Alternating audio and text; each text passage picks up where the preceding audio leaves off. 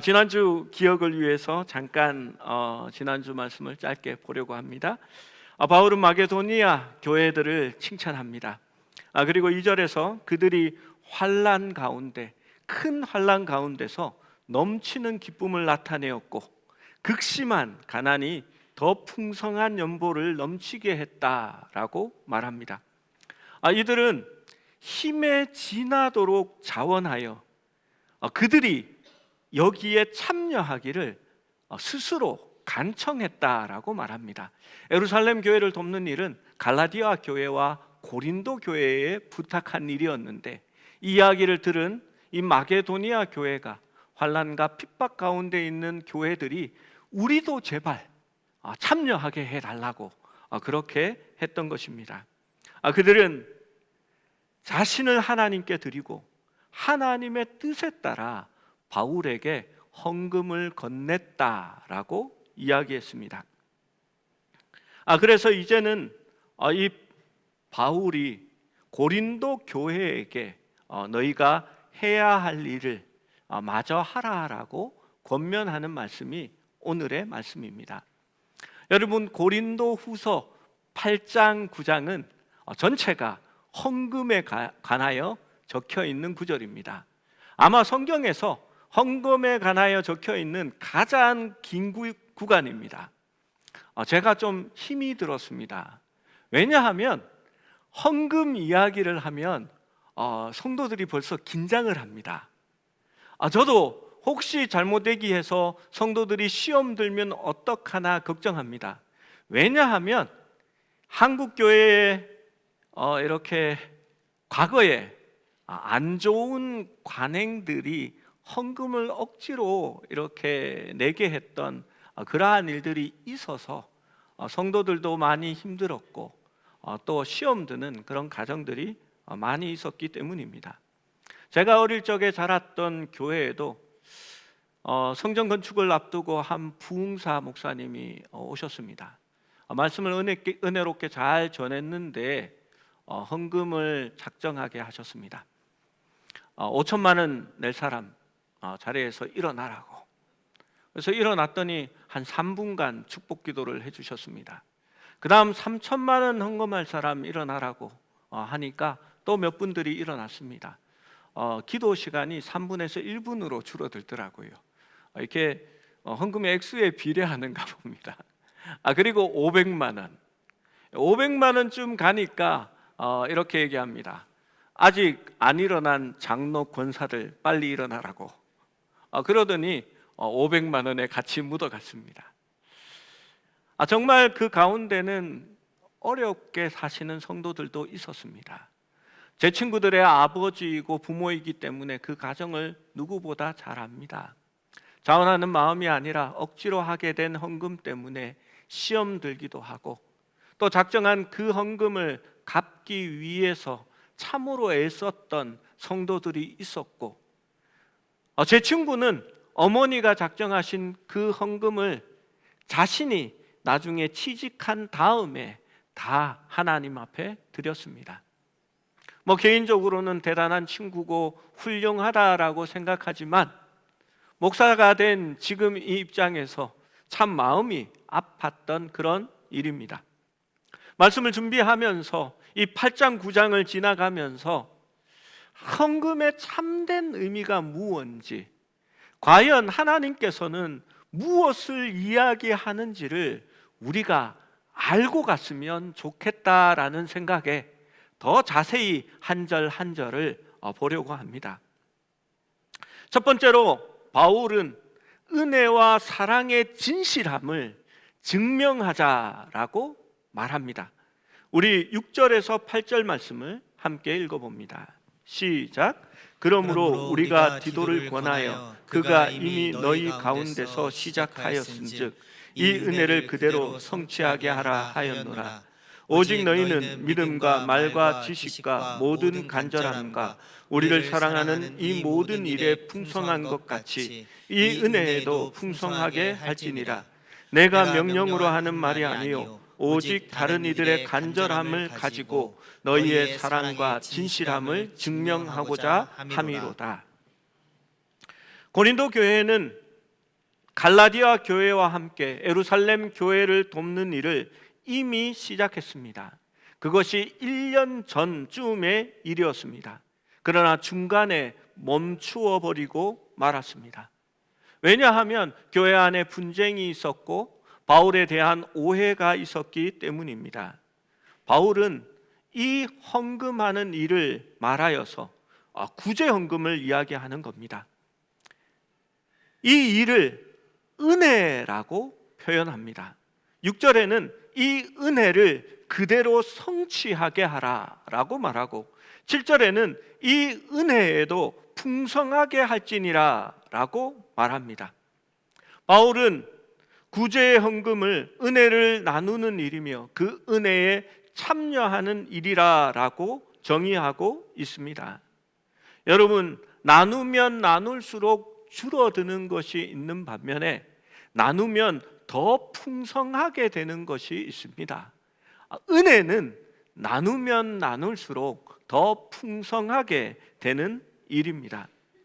고린도 교회는 믿음과 말과 지식과 모든 간절함이 풍성했던 교회입니다. 그리고 그 은혜에 비례하여 풍성하게 하라고 이 바울은 부탁하고 있는 것입니다. 고린도 교회에는 특별히 또한 많은 은사가 있었습니다. 이러한 많은 은사 중에서도 바울은 사랑의 은사가 제일이라고 말합니다. 8절에는 바울이 억지로 너희에게 명령하는 것이 아니라 너희 사랑의 진실함을 증명하고자 하는 것이다 라고 말합니다. 바울은 이 사랑에 대해서 13장 1절에서 고린도전서 13장 1절에서 3절에 우리가 잘 아는 것과 같이 잘 알고 있는 그 말씀을 하고 있습니다. 우리 1절에서 3절 말씀을 같이 읽어봅니다. 시작. 내가 사람의 방언과 천사의 말을 할지라도 사랑이 없으면 소리나는 구리와 울리는 꽹과리가 되고 내가 예언하는 능력이 있어 모든 비밀과 모든 지식을 알고 또 산을 옮길 만한 모든 믿음이 있을지라도 사랑이 없으면 내가 아무것도 아니요 내가 내게 있는 모든 것으로 구제하고 내 몸을 불사르게 내줄지라도 사랑이 없으면 내게 아무 유익이 없느니라. 진실함을, 그 사랑의 진실함을 시험한다라는 말을 합니다. 모든 것에는 사랑이 있어야 합니다. 그리고 그 사랑이 진실한지를 시험해 보자라고 말하고 있는 것입니다. 바울은 그가 행하는 모든 일이 그를 강건하시는 그리스도의 사랑 때문이라고 이야기합니다. 예루살렘 교회를 돕고 그 은혜의 그리스도에 대한 사랑의 진실성을 증명해 보라고 말하는 것입니다. 사랑을 표현하는 말들이 있습니다. 때로는 그것이 가볍게 할 수도 있고 어떤 사람들의 입에서 나오는 사랑은 값싸게 느껴질 때도 있습니다. 때로는 사랑이라는 말로 자기의 이기심을 포장하는 사람들도 있습니다. 그러나 그 사랑의 진실성은 그들이 어떻게 예루살렘 교회를 돕는가 하는 그것으로 증명해 보라고 이야기하고 있습니다. 때로는 우리가 하나님 앞에 드리는 그 헌금들이 사랑의 진실함을 증명할 때도 있습니다. 벌써 오래된 이야기인데요. 인도의 선교지에 갔었던 교회에서 단기 선교로 갔었던 일이 있었습니다. 선천성 심장병에 걸린 아이를 만날 수 있었습니다. 인도는 카스트 제도가 신분제가 존재하고 있고요. 그 신분제 중에 불가촉 천민이라고 해서 사람들을 만나는 것조차 이렇게 폐를 끼치고 재수 없게 한다고 하는 그런 신분들도 존재했습니다. 이 아이는 그런 아이였습니다. 그런데 몸은 마를 대로 말라 피골이 상접했고 입술도 검은 빛이었고 손가락 마디는 이상하게 굵었습니다. 손톱은 이미 검보라색이었고 기형적이고 비대해져 있었습니다. 조금만 움직이면 가쁜 숨을 몰아쉬다가 쓰러지는 이 아이에게 마을 사람들과 또래 아이들은 마녀라고 놀리며 돌을 던졌습니다. 인도는 전도가 참 어려운 나라입니다. 안 믿는 게 아니라 다 믿기 때문입니다. 다신의 종교를 섬기는 나라입니다. 단기 선교팀이 이 아이를 우연히 만났고 함께 동행했던 의사 집사님이 계셔서 이 아이가 심장병이라는 것을 금방 알 수 있었습니다. 현지 교회의 목사님을 통해서 부모와 이야기를 했고 서울에 있는 병원에게 문의하여서 이 아이의 병을 수술로 고칠 수 있는 확률이 높다라는 것을 알게 되었습니다. 그래서 아이의 부모를 설득해서 그 어머니와 아이를 서울로 데려와서 수술을 받게 했습니다. 그 당시에 심장병 수술을 외국인이 와서 받는 데는 비행기 값과 체류비 그리고 병원비가 수천만 원이 넘어가는 돈이었습니다. 병원에서도 도움을 주었고 그 일을 주선한 의사 선생님이 자기의 가족이라고 병원을 하면 이렇게 얼마 혜택을 주는 그런 제도가 있었습니다. 그리고 교회에서 긴급하게 헌금을 했습니다. 수술을 하고 회복 기간 동안 한국에서 몇 달을 함께 머물렀습니다. 그리고 그 가족들은 복음을 받아들였고 예수를 믿게 되었습니다. 짧은 회복 기간이었지만 아이의 혈색은 몰라보게 달라졌고 몸에 살이 붙기 시작했습니다. 아이가 예뻐지기 시작했습니다. 그리고 그 아이는 인도로 돌아갔습니다. 나중에 선교사님을 통하여 전해온 말이 있습니다. 그곳의 사람들은 자기가 전하는 예수라는 신이 사랑과 긍휼의 신이라는 것을 완전히 믿고 받아들인다라고 합니다. 자기들이 돌팔매질을 하고 저주했던 그 아이를 위해서 그 신을 믿는 사람들이 그 천민인 아이에게 찾아왔고 자기들이 상상할 수 없는 천문학적인 돈을 허비하는 그러한 신을 믿는 사람인 것을 보았기 때문이라고 말했습니다. 그 사람들은 이 사람들이 믿는 신은 정말 인간을 위해 자신을 내어줄 수 있는 신이라고 믿는다라고 합니다. 사랑의 진실성이 그렇게 증명된 것입니다. 바울은 예루살렘 교회 성도를 돕는 것이 너희 고린도 교회가 하나님께로부터 받았던 그 참사랑을 증명할 수 있는 기회다라고 말하고 있는 것입니다. 두 번째로 바울은 이 헌금에 대하여 예수 그리스도의 희생에 나타난 하나님의 은혜를 기억하라라고 말합니다. 우리 9절의 말씀을 함께 읽어봅니다. 9절입니다. 시작. 우리 주 예수 그리스도의 은혜를 너희가 알거니와 부요하신 이로써 너희를 위하여 가난하게 되심은 그의 가난함으로 말미암아 너희를 부요하게 하려 하심이라. 바울은 이제 우리 주 예수 그리스도의 모범에 호소함으로써 그의 간청함에 힘을 더합니다. 우리 예수님은 부요하신 이로써 너희를 위하여 가난하게 되셨다라고 말씀합니다. 그분이 부유하시라라는 것은 근본 하나님의 본체이시며 하나님과 동등한 분이셨습니다. 그분은 온 천하와 그 안에 있는 모든 것을 소유하시고 온 우주의 왕이셨습니다.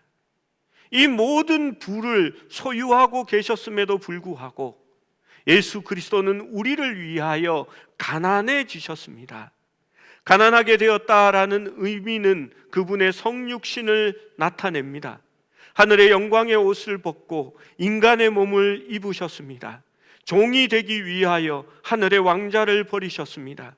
그분은 십자가 위에서 우리의 죄를 위하여 벌거벗은 모습으로 가난한 자 중에 가장 가난한 자가 되셨습니다. 왜 그렇게 하신 것일까요? 우리가 부유한 자가 되게 하시려고 그렇게 하셨습니다. 예수 그리스도를 만나기 전에는 우리는 가난하였고 완전히 파산할 수밖에 없는 그러한 지경에 있었습니다. 그분이 하늘 보좌를 버리시고 이 땅에 가난한 모습으로 오심으로 말미암아 우리가 그분의 부를 함께 누리게 된 것입니다. 이제 우리는 하나님의 자녀이며 하나님의 상속자이며 예수 그리스도와 함께 하늘의 복을, 하늘의 영원한 집을 누리게 되는 사람인 것입니다. 바울은 그리스도의 희생에 나타난 그 은혜를 너희가 함께 누리고 기억할 수 있어야 한다라고 말하고 있는 것입니다. 그리스도가 그렇게 하셨다면 우리도 그 가난한 자들을 위하여 마음의 문을 열고 지갑을 열어 조금 더 가난함을 자처할 수 있지 않느냐라고 묻는 것입니다. 저는 이 말씀에서 바울이 참 재미있는 분이라 생각했습니다. 여러분, 그리스도께서 인간을 위하여 낮아지신 것은 진짜 은혜입니다. 그런데 이 은혜를 얘기할 때 바울은 계산적으로 얘기합니다. 부유하신 분이 가난하게 되셨다라고 이야기합니다. 반면에 성도들이 지갑을 열어 예루살렘 교회를 돕는 것은 어떻게 보면 계산적인 일이 될 수 있습니다. 그런데 바울은 그 일을 은혜를 풍성하게 하는 일이요, 은혜에 함께하는 일이라고 말하고 있는 것입니다. 그 은혜는 부함을 가난함으로 바꾸는 일에 동참하는 일입니다. 자기의 입장에서는요. 반대로 예루살렘 교회는 가난함이 부함이 되게 되겠지요. 왜 바울이 그것을 은혜라고 할까요? 그리스도의 은혜를 우리가 받았고 그 은혜에 참여하는 일이고 그 은혜를 더욱 풍성하게 하는 일이기 때문에 바울은 그 구제헌금을 보내는 일이 하나님의 은혜의 일이라고 계속해서 이야기하고 있는 것입니다. 여러분, 예수 그리스도는 부하지만 가난해졌습니다. 그런데 우리가 하나님 앞에 헌금하는 그 일은 가난해지는 것이 아니라 하나님의 은혜에 동참하는 일이라고 바울이 설명하고 있는 것입니다. IT가 복음이 전해지기 전에 IT에 파송된 스탠포드 켈리 선교사가 있습니다. 그는 IT에 가서 복음을 전했습니다. 그리고 믿는 성도들을 얻게 되었고 조그만한 교회를 개척하여서 선교지 교회를 섬기게 되었습니다. 여러분, 선교지 교회에는 헌금을 부탁하기가 참 힘이 듭니다. 헌금을 부탁하면요, 아유, 저 돈 끌어모으려고 복음을 전했나 보다, 교회를 세웠나 보다 오해받기가 십상이죠. 그래서 선교지 교회는 늘 파송한 교회로부터 도움을 받을 수밖에 없는 입장입니다. 그런데 교회가 해야 할 일을 고민하던 한 성도가 큰 돈을 교회에 헌납했습니다. 헌금함을 정리하는 켈리 선교사가 그 돈의 액수를 보고 놀랐습니다. 그 당시에 13불이었는데 그 돈은 노동자가 3달 일한 임금의 값이었습니다. 켈리 선교사는 이 가난한 동네에 누가 이런 큰 돈을 넣었을까 궁금해하면서 헌금을 한 사람을 수소문해 보았습니다. 그러자 한 사람이 교인인 한 농부가 자기에게 대신 헌금해 달라고 그 돈을 부탁했고 자기가 예배 후에 헌금함에 넣었다라고 이야기를 했습니다. 켈리 선교사는 그 농부를 찾아갔습니다. 그 헌금에 대해서 물었을 때 그 농부는 대답하기를 주저했습니다. 켈리 선교사가 캐묻자 그 농부는 자기 말이 생계를 유지하는 데 많은 도움이 되지만 그것보다도 지금 교회가 필요한 돈이 우선이라서 말을 팔아 교회에 헌금했다라는 이야기를 했답니다. 켈리 선교사가 물었습니다. 왜 교회에 직접 와서 헌금하지 않았습니까? 라고 하자 그 농부는 이렇게 대답했습니다. 교회에 입고 갈 셔츠가 없거든요 라고 대답했답니다. 여러분, 헌금이라는 것 손해보지 않고 할 수 있는 일은 아닙니다. 남을 도우려 하되 자신이 조금 손해보고 가난해지는 것을 원하지 않는다면 할 수 없는 일입니다. 남이 하는 것 다 하고 가고 싶은 곳에 다 가고 남이 하는 해외여행 다 하면서 먹고 싶은 것 배부르게 다 먹으면서 돕고 싶은 곳에서도 다 도울 수 있다고 생각하십니까? 여러분, 조금 손해보지 않으면 남을 돕는 것은 불가능한 것입니다. 여러분, 그리스도인은 다른 삶을 삽니다. 그래서 구별된 사람이라고 하는 겁니다. 조금은 손해볼 수 있어야 하고 남들보다는 다른 삶을 살기 위해서 때로는 삶의 일부를 떼어놓을 수 있는 그러한 삶도 될 수 있어야 하는 것입니다. 세 번째로 바울은 10절에서 12절에 일을 마치라라고 말합니다. 우리 10절에서 12절 말씀을 같이 한번 읽어봅니다. 시작. 이 일에 관하여 나의 뜻을 알리노니 이 일은 너희에게 유익함이라. 너희가 1년 전에 행하기를 먼저 시작할 뿐 아니라 원하기도 하였은즉 이제는 하던 일에 성취할지니 마음에 원하던 것과 같이 완성하되 있는 대로 하라. 할 마음만 있으면 있는 대로 받으실 터이요 없는 것은 받지 아니하시리라. 여러분, 이 말씀을 잘 들으셔야 합니다. 바울은 이 은혜의 일에 관하여 권고합니다. 첫 번째는 이 일은 너희에게 유익한 일이다라고 말합니다.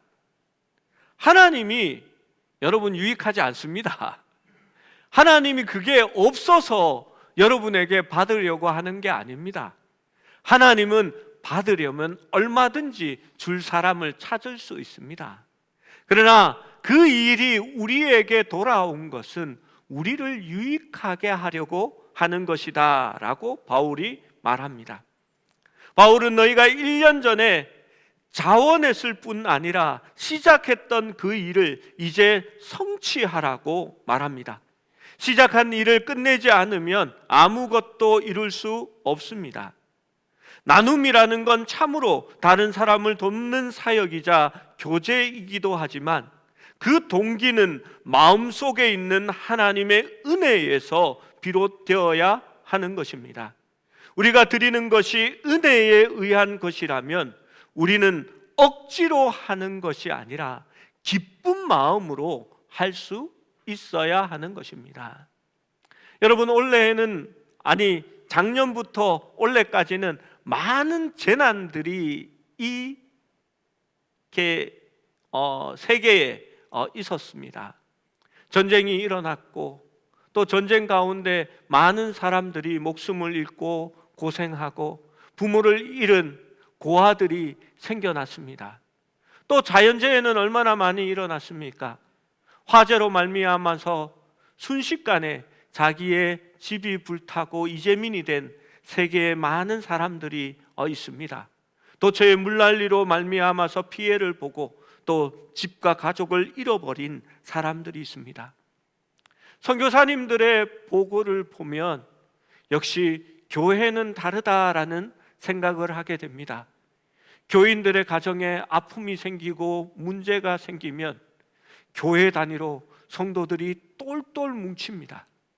그리고 잘 곳이 없는 가정들에게 자기들의 별장을 내어주기도 하고 또 자기 집에 함께 생활하기도 하고 교회의 일부분을 생활할 수 있는 공간으로 내어놓아서 그들이 필요한 모든 것을 교인들이 공급하여서 그 일을 극복하고 일어날 수 있게끔 하는 그 일들을 나누는 것을 볼 수 있었습니다.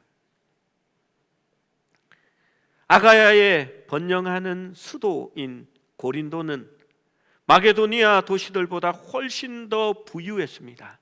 그리고 거기에는 귀족들도 많이 있었습니다.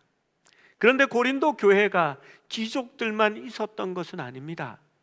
거기에는 노예들도 함께 모여서 예배하는 교회였습니다. 버클리라는 주석학자가 책에서 기록한 것을 보면 그 당시 노예들이 기부할 수 있었던 유일한 돈은 언젠가 자유를 얻기 위해서 자기의 몸값을 모아둔 돈이었을 것이다 라고 얘기합니다. 그리고 부모들은 자신은 노예이지만 나의 자녀에게는 자유를 주기 위해서 자기의 작은 품삯이나 또 주인의 은혜로 말미암아 받았던 돈을 모아둔 것이라고 이야기합니다. 그들이 그 돈을 바치면 바칠수록 그들이 자유함을 얻을 가능성은 낮아집니다. 그런데 바울은 그러한 대담한 희생을 요구하는 것이 아니라 그에 맞는 구제를 형편에 따라 요구하고 있는 것입니다. 11절 마지막 말씀에 원하던 것과 같이 완성하되 있는 대로 하라라고 말하고 있는 것입니다. 그리고 12절 말씀에 이렇게 말합니다. 함께 읽습니다. 시작. 할 마음만 있으면 있는 대로 받으실 터이요 없는 것은 받지 아니하시리라. 그렇습니다. 여러분, 빚을 내어서 교회에 헌금하라라고 말하지 않습니다. 그건 하나님의 뜻이 아닙니다. 형편대로 있는 대로 하면 그것으로도 하나님은 충분하다라고 말합니다. 제가 혹시 헌금을 내라라고 하면 막 강제로 이렇게 내라는 그런 의미는 아닙니다. 당연히 해야 할 것을 하지 않는다면 하라는 그러한 의미로 받으시면 좋겠습니다. 하나님은 우리의 손에 들린 그 가치를 보는 것이 아니라 우리 마음의 가치를 보시는 겁니다. 로마의 귀족인 고린도의 교인들이 바쳤던 헌금이나 노예가 자기가 모았던 그 자유를 향한 돈을 조금 떼어서 낸 헌금이나 여러분 그 가치에 있어서는 어쩌면 노예의 헌금이 더 크다고 하나님은 보셨으리라 저는 생각합니다. 한 30년 전의 일입니다. 광주 동명교회 최기채 목사님이 총회장이었을 때 대구 동부교회의 김덕신 목사님이 부총회장이 되셨습니다. 이 두 분 목사님이 의기투합하여 두 교회를 자매 결연을 맺었습니다. 왜냐하면 동서 간에 갈등이 너무 심하니까 교회만은 하나가 되고 온전히 교제할 수 있어야 된다라는 생각에 이 두 분 목사님이 대학 청년부 수련회를 1년 반마다 같이 할 수 있도록 그렇게 만든 것이었습니다. 제가 대학 1학년에 가자마자 수련회를 광주에서 동명교회와 함께 수련회를 했습니다. 그리고 교회 임원이 뽑힐 때마다 서로 인사하러 일부러 광주까지 가고 또 광주에서도 와서 인사를 하고 꾸준한 방문들이 이어졌습니다. 그래서 나중에는 한 7쌍 정도가 동명교회와 대구 동부교회가 결혼을 하게 되었습니다. 제가 대학 1학년 때에 무전여행을 떠났습니다. 뭐 완전히 돈 한 푼 없이 간 건 아니었고요. 인천으로 가서 인천에서 서해안을 따라 이렇게 내려가기 시작했습니다. 원래 계획은 남해안, 동해안으로 올라와서 이렇게 집으로 들어가는 것이었는데 남해안까지만 일주를 하고 저희 부모님이 이놈의 자식이 거지도 아니고 나가서 안 들어온다고 너무 걱정을 하셔서 남해안까지 마쳤습니다.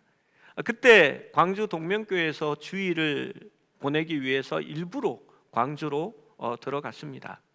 그리고 예배를 드렸습니다. 예배를 드리는데 고향에 온 느낌이었습니다. 원래 저는 본이 광주입니다. 예배를 드리는데 헌금 시간이 되어서 헌금 바구니가 이렇게 돌더라고요. 제가 그 당시에 한 2,000원 정도를 주일 헌금을 했습니다. 바구니가 저 멀리서 오고 있을 때에 얼른 지갑을 꺼내서 이렇게 이 의자 밑으로 이렇게 넣어서 이렇게 지갑을 살폈습니다. 2,000원이었고 10,000원짜리만 있었습니다. 잠깐 갈등이 되었습니다. 없는데 저녁 예배 때 이렇게 헌금을 할까?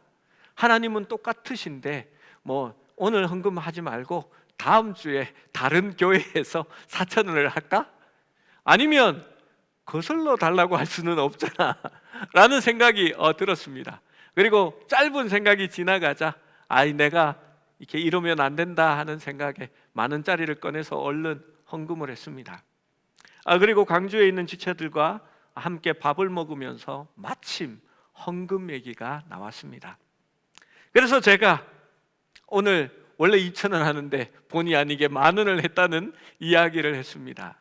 그러자 광주의 한 자매가 저에게 이렇게 얘기했습니다.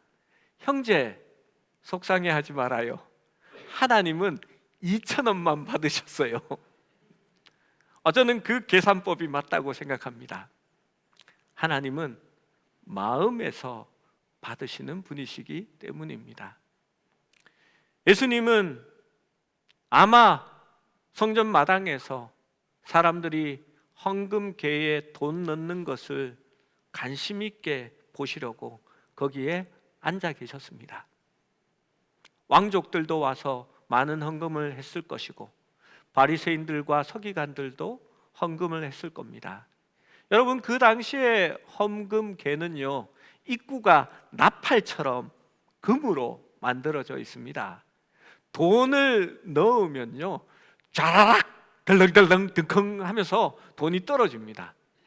누가 얼마만큼 넣었는지 유출을 할 수 있습니다. 한 가부가 와서 일주일 생활비 2렙돈을 거기에 드렸습니다.